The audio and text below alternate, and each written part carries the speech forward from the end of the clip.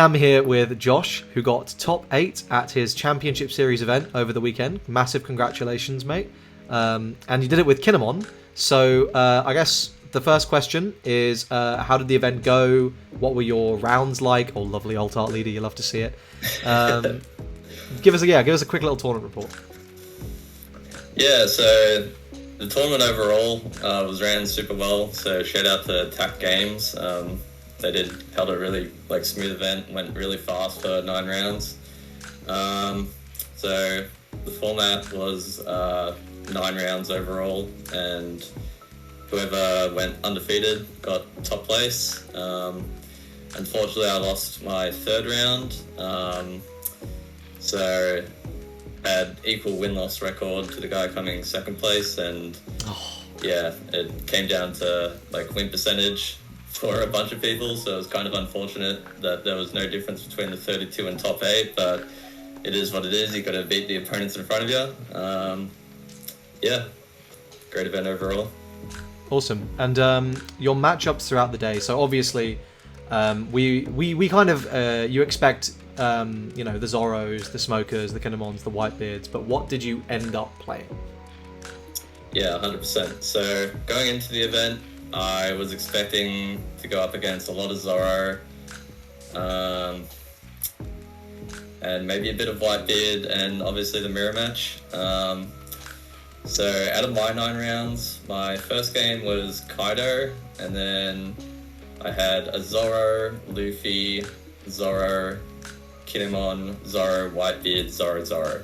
My God. So yeah, so the only unique decks that I played were Kaido, Luffy, Kinemon, and Whitebeard, and then everything else was a Zoro matchup.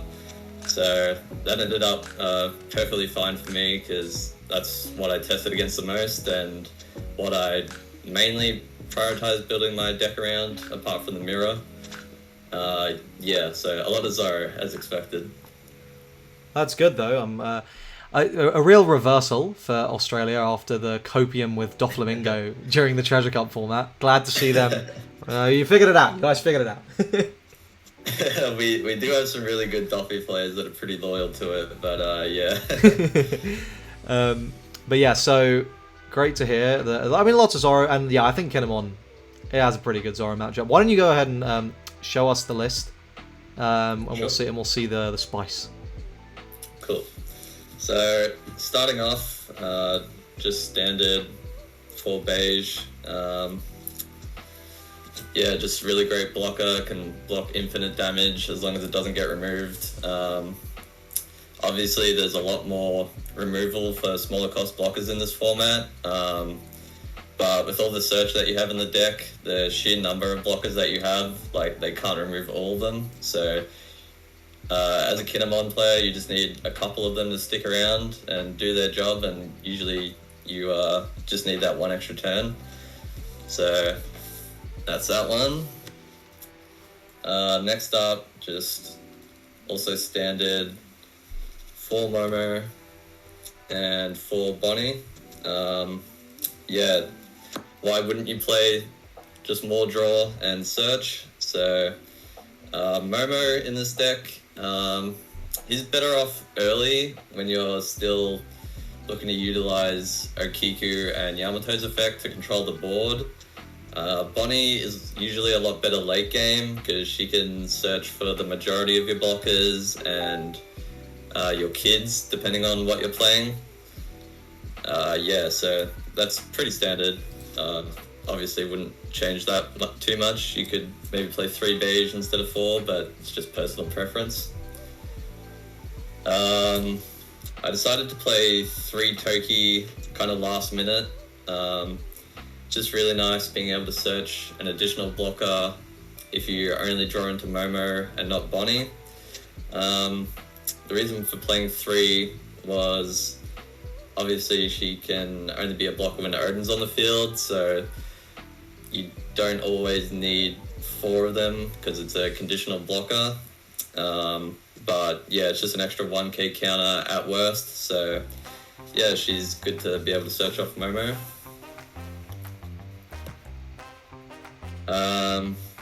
Orapu is, yeah, I've never played this card.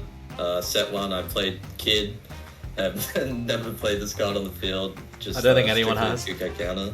Yeah. I don't think there's a single player in the West who has ever actually slapped that card down. Yeah.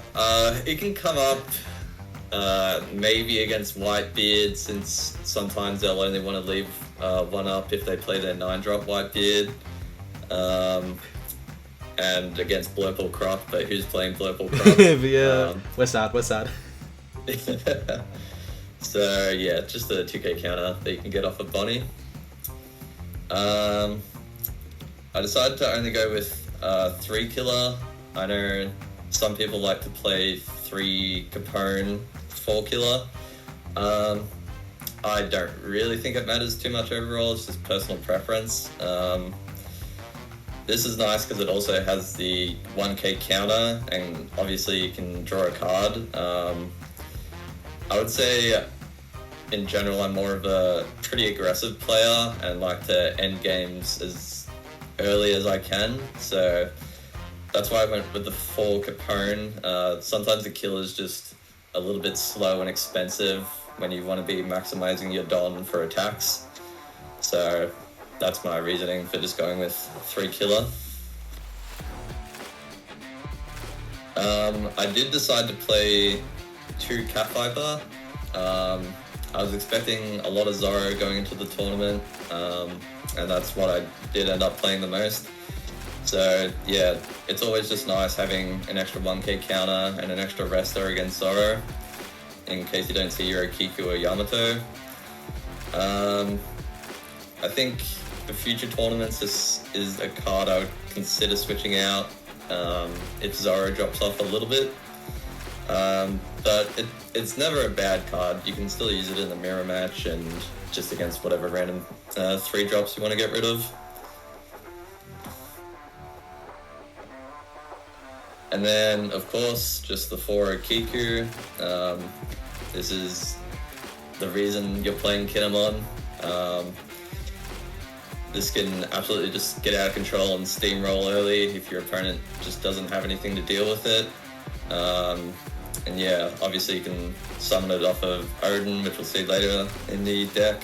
And yeah, it's just super strong card for controlling the board, which is what you need as green.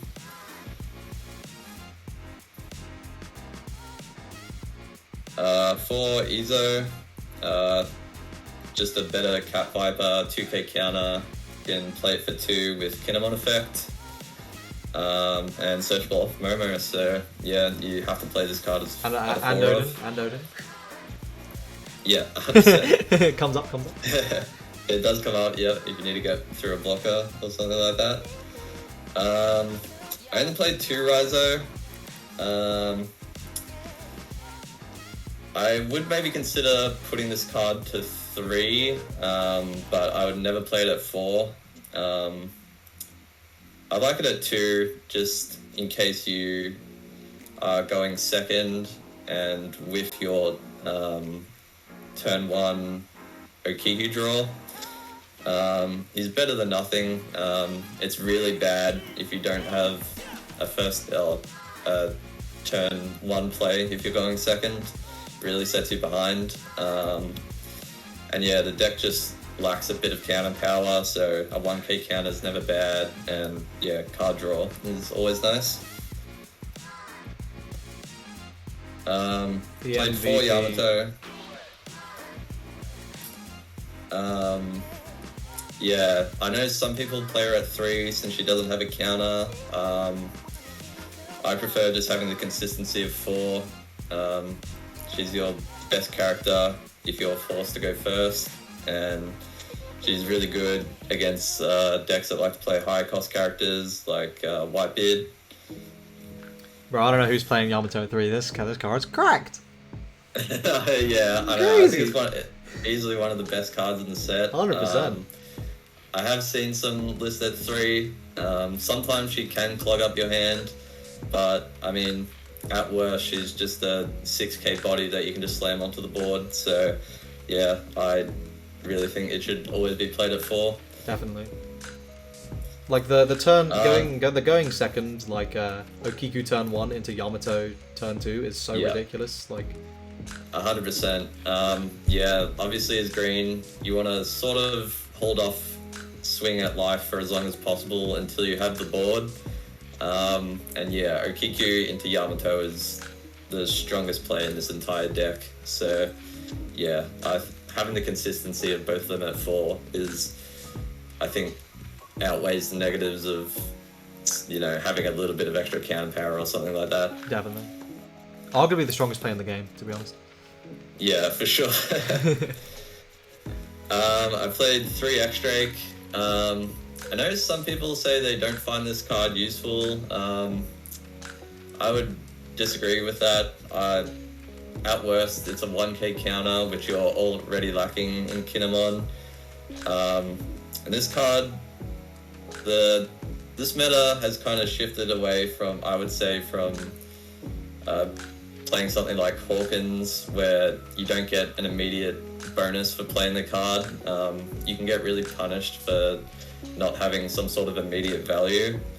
And this card just 100% will always just get you some value, whether it's in the form of a counter, using his effect to KO something, or swinging into the character first to bait out counter power. It just puts your opponents in sticky situations, and if they don't know what they're doing or just forget about the card, it's just a super hard punish. Yeah, it's just a 6k body, which is always nice.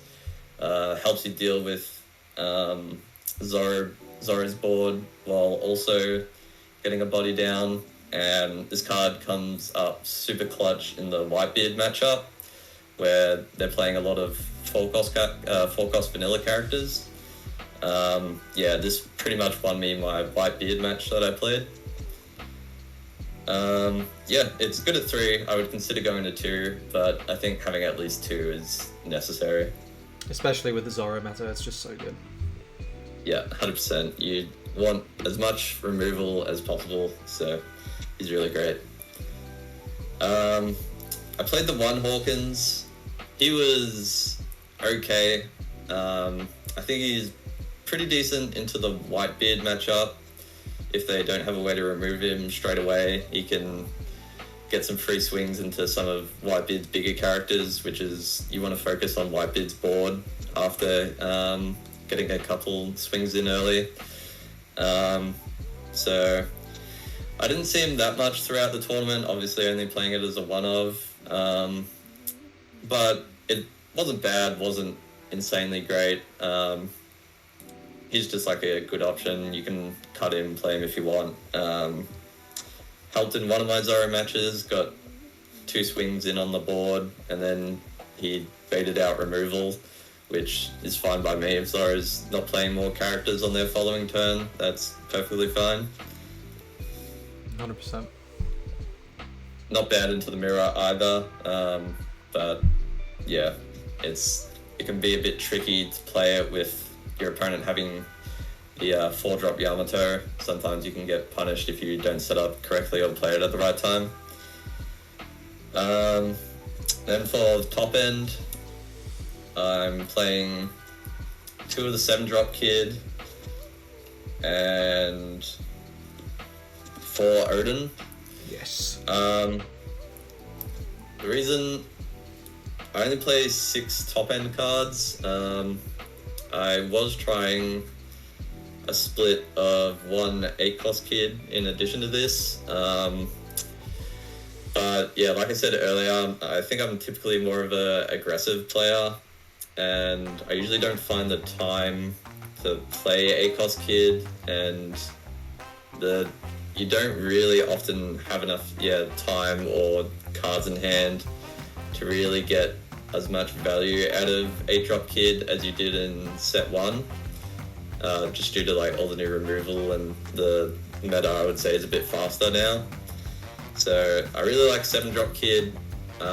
He gives you immediate value as a blocker character, and if he stays around, you're just getting free swings in every turn, and he's also protecting you. So it's just insane value if you can keep him alive. I would consider actually bumping him to 3. But yeah, I would need to test more. And then yeah, for Odin, Odin is just, yeah, your main win condition. Games are so much harder without Odin and the double swing. Sometimes he can clog up the hand, but I just think it's necessary to make sure you get Odin every single game, because yeah, matches are just so much harder without him.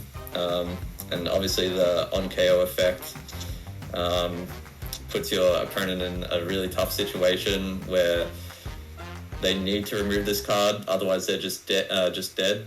But even if they do remove him, you still have a wide option of 3-drop Wano characters to play from your deck that still just threaten lethal next turn. So yeah, this card is just insanely broken in this deck. And yeah, in the mirror match, getting Odin down as quickly as possible is pretty much the key to winning that matchup. So being able to see it, and you know, if your opponent's running less of it and they don't see it, that pretty much just confirms the matchup right there. Key in black as well. Yeah, 100%. Zephyr is kind of an annoying matchup. I'm lucky I didn't see it, because he can just remove your 8 cost basically for free. But if you're going up against Smoker or something like that, they have to commit a lot to kill it, and you still get an Okiku afterwards, so it's, yeah, never bad. And then for events, I tested a bunch of different stuff, like 2 Paradise, 2 Gibson, 1 Paradise. This was like a last minute decision. I would like to say it was based on a lot of testing, but it was just kind of a gut feel of,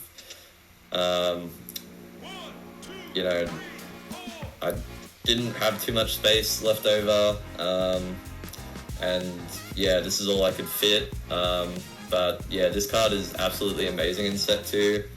I'm considering bumping it up to 3. Yeah, plus 4k counter is never bad. It's great against Zoro, being able to rest one of their cheap characters, or against Whitebeard, being able to rest one of their vanillas. And then yeah, the trigger effect is just insane in the mirror match. If your opponent doesn't play around it and they play at their own Odin at like the improper timing when you already have board dominance, and they hit this out of life and you just get a free rest on their Odin or something like that, that can just completely swing an entire game. So yeah, I would consider bumping this up to 3, or maybe adding 1 Paradise as an option to search off of Momo. But yeah, I'm happy with this set 2. It is a really great card.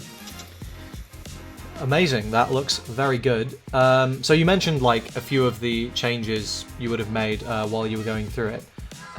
So that answers the first question I was going to have. But the second question was, so having been through your first tournament in this meta, what do you think the reaction is going to be after this first weekend to these tops? And do you think the meta is going to significantly shift as a result? And what do you think towards? Yeah, so I think there will be a slight meta shift. There was a lot of Zoro at this event. It's honestly tough to tell because a lot of the highly represented decks are still really good decks. I think in general there might be a little bit more Kinemon, so changing up the deck list to do better into the mirror match, I'd say would probably be what I'm thinking of now. Adding maybe a 3rd Gibson. I think for the Zoro matchup, it's nice having Cat Viper, but it's not 100% necessary, and there might be a little bit less Zoro going forward. So I saw one of the Kinemon deck lists from one of the NA regionals or championships, and one of the Kinemon players there was playing 2 Lore, the 5-drop blocker. And yeah, I think I would add in that card over maybe one of the X-Drakes and Hawkins, and maybe cut the Cat Viper for an extra event and maybe an extra 7-drop kid. I think the lore is just super great for just like having immediate value, unlike Hawkins. Just being able to bounce back like an Ezo that you had to play earlier in the game, or a Searcher. And obviously this deck runs a lot of 3-drop characters, so that works really well with lore. If the 3-drops are kind of like clogging up your hand like a Kiku might, being able to get like a 2k counter back and also put out an additional threat is just like a really strong play. So I'm definitely considering adding that in for future events. I didn't face any black decks. Maybe in future events, since Smoker got some top 16s and some tops. It won the first European one as well. Yeah, so I would have to play test a bit more in a black. I haven't had too much experience against Smoker, so maybe teching the deck a little bit towards that as well. I know that black can be a bit of a rough matchup for Kinemon, so yeah, those are the main changes I'm considering at the moment. Amazing. And just to finish off, do you have any shout outs or anything you want to give? Yeah, so just like shout out just like the Melbourne local players. We got a really strong scene down here, probably the best in Australia. So I'm definitely not the best player in the area, but you know, thanks to those guys for just like making me better. They're really like great at the game, so it's just awesome to have strong players to go up against. Yeah, shout out to TAC Games. They ran an awesome event. And yeah, lastly, just thanks to you and Cross. You guys, you know, always providing awesome content, like great deck lists, great meta analysis. So yeah, you guys are an awesome resource for learning the game. Well, thank you very much. That's very, very kind. I appreciate it. And I'm going to do my shilling now. If you're interested in all kinds of competitive content, you can check out my Patreon, linked in the description. Give me money for Max Rarity Black. I am so broke. Thank you. Thank you once again, Josh, for coming on and giving us a really fantastic deck profile. Lots of amazing insights there. And if you're interested in more of that, subscribe. And congratulations again on the top 8. Looking forward to seeing you win the next Australian event. I'm sure that you absolutely will. Thanks so much again, and I'll look forward to seeing all of you watchers in the next video. Cheers.